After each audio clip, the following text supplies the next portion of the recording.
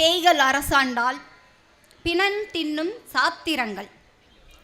இன்னைக்கு பேய்கள் அரசால்ல, பேய்கள், பிசாசுகள், இரத்த வெறி பிடித்த ராட்சசர்கள், அயோக்கியர்கள், அரக்கர்கள் இன்று அரசாண்டு கொண்டிருக்கிறார்கள் என்பது ஒவ்வொரு தினமும் நாம் கண்கூடாக கண்டு கொண்டிருக்கக்கூடிய உண்மை.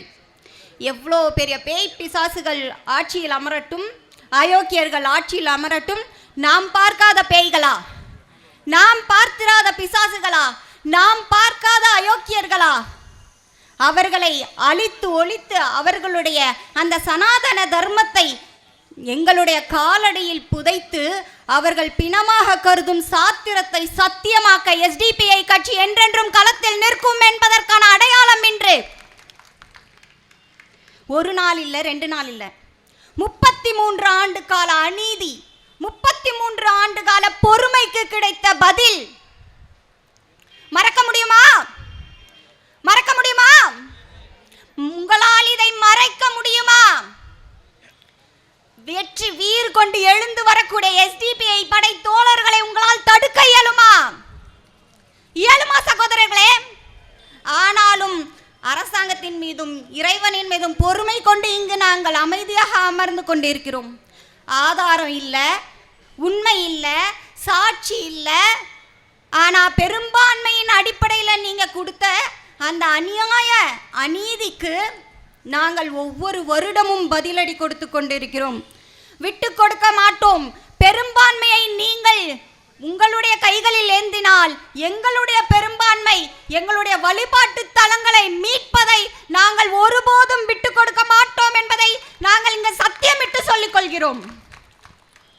இந்தியாவின் கருப்பு சரித்திரம் சகோதரர்களே, எந்த நாடும் தன் சொந்த இன மக்களுக்கு, சொந்த நாட்டு மக்களுக்கு செய்திராத அநியாயம், துரோகம் இந்த நாட்டு மக்களுக்கு நடந்திருக்கிறது. அதனால தான் இன்னைக்கு நம்ம கருப்பு சரித்திரமா இதை நம்ம இன்னைக்கு ஒவ்வொரு நாளும் அதை நினைவுபடுத்தி கொண்டிருக்கிறோம்.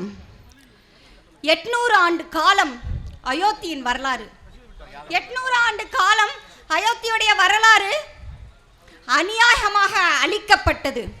இதை நீங்க அயோத்திய ராமருடைய பிறப்பிடமாக பார்க்கலாம். ஆனால் நாங்கள் எப்படி பார்க்கிறோம் தெரியுமா? இந்தியாவின் பாலஸ்தீனமாக பார்த்து கொண்டிருக்கிறோம். பாலஸ்தீனத்தில் பைத்துல் முகத்தஸுக்காக இன்றளவும் எப்படி போராட்டங்களும் தியாகங்களும் நடைபெற்று கொண்டிருக்கிறதோ அதுபோல் எங்களுடைய கனவு பாபர் மஸ்ஜிதை மீண்டும் எழுப்பும் வரை எங்களுடைய போராட்டம் தொடர்ந்து கொண்டிருக்கும். அதற்கு எங்கள் ஆண்கள் தான் முன்னாடி வரணுன்ற அவசியம் இல்லை. இன்னைக்கு சொல்ற சகோதரர்களே, இன்னைக்கு சொல்ற அரசாங்கத்தில் உள்ள அநியாயக்கார ஆட்சியாளர்களே, எங்களுடைய பெண்களும் முன்னாடி வந்து நிற்போம், எங்கள் ஆண்களுக்கு முன்னாடி வந்து நிற்போம். நாங்க எங்களுடைய உயிரையும் தியாகம் செய்வதற்காக எங்களுடைய தாய்ப்பாலுடன் எங்களுடைய சந்ததிகளுக்கு ஒவ்வொரு நாளும் பாலூட்டுவோம். பாபர் மஸ்ஜிதை மீட்பதுதான் எங்களுடைய இலக்கு என்பதை, அப்படிப்பட்ட ஆண்களையும் சமுதாயத்தையும் கட்டமைப்பது எங்களுடைய பெண்களுடைய முக்கிய பணி என்பதை நாங்கள் இந்த ஷாஹின் பாக்ல ஏற்கனவே நாங்கள் அதை நிரூபித்து காட்டி இருக்கிறோம். அதற்கான ஆண்களை உருவாக்குவது எங்களுடைய பெண்களின் முக்கியமான பணியாக கருதி இன்று வரை நாங்கள் செய்து கொண்டிருக்கிறோம். இன்னைக்கு மறுபடியும் ஒரு புதுசான ஒரு விஷயத்தை ஆரம்பிச்சிட்டாங்க. திருப்பரங்குன்றம் விளக்கு ஏற்றணும். அங்கே மயில் கல்லுன்ட்டு சொல்லப்பட்ட ஒரு தூணில் விளக்கு ஏற்றியே ஆகணும்னு சிஐஎஸ்எஃப் அனுப்பி விளக்கேற்ற முயற்சி செய்கிறாங்க. நீதியை அளிப்பீங்க, நியாயத்தை அநியாயமாக ஆக்குவீங்க, அரசியல் அமைப்பை துளி கூட மதிக்க மாட்டீங்க. நீங்கள் ஆரம்பித்து வையுங்கள், எல்லாத்தையும் நீங்கள் ஆரம்பித்து வைங்க. நீதியை நிலைநாட்டவும், நியாயத்தை நிலைநிறுத்தவும், அரசியல் அமைப்பை பாதுகாக்கவும் என்றென்றும் அங்கு அல்லாஹ்வின் வாள்களாக எங்கள் எஸ்டிபிஐ தோழர்கள் நிற்பார்கள்.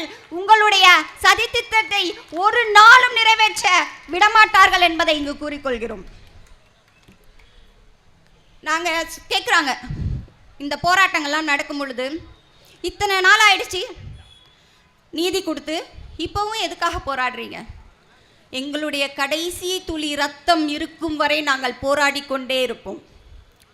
இன்னைக்கு இந்த முகங்கள் இந்த களத்தில் நிற்கலாம், நாளை இதே முகங்கள் மாறலாம். எங்களுடைய வாரிசுகள் இங்கு இருக்கலாம், எங்களுடைய சந்ததிகள் இருக்கலாம்.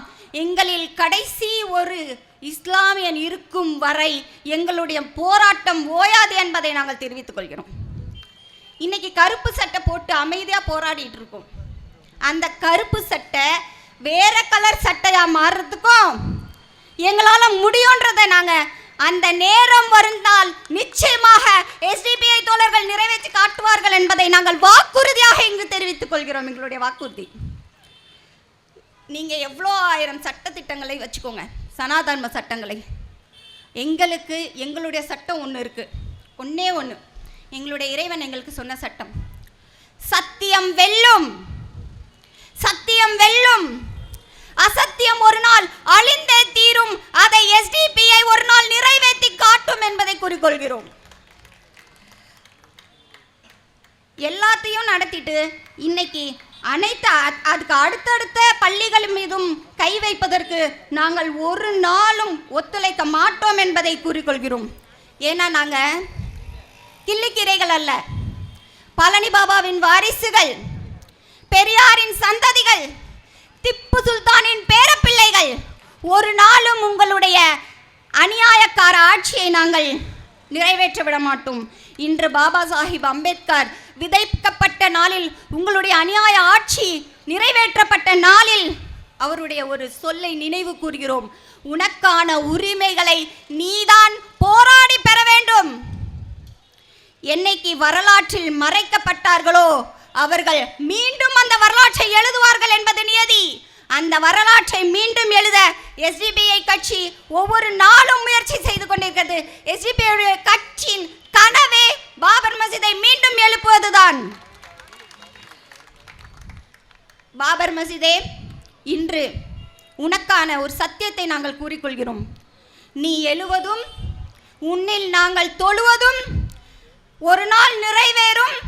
இன்ஷா அல்லாஹ் SDPI கட்சி அதை நிறைவேற்றி காட்டும் என்று கூறிக்கொண்டு என்னுடைய உரையை முடித்துக் கொள்கிறேன்.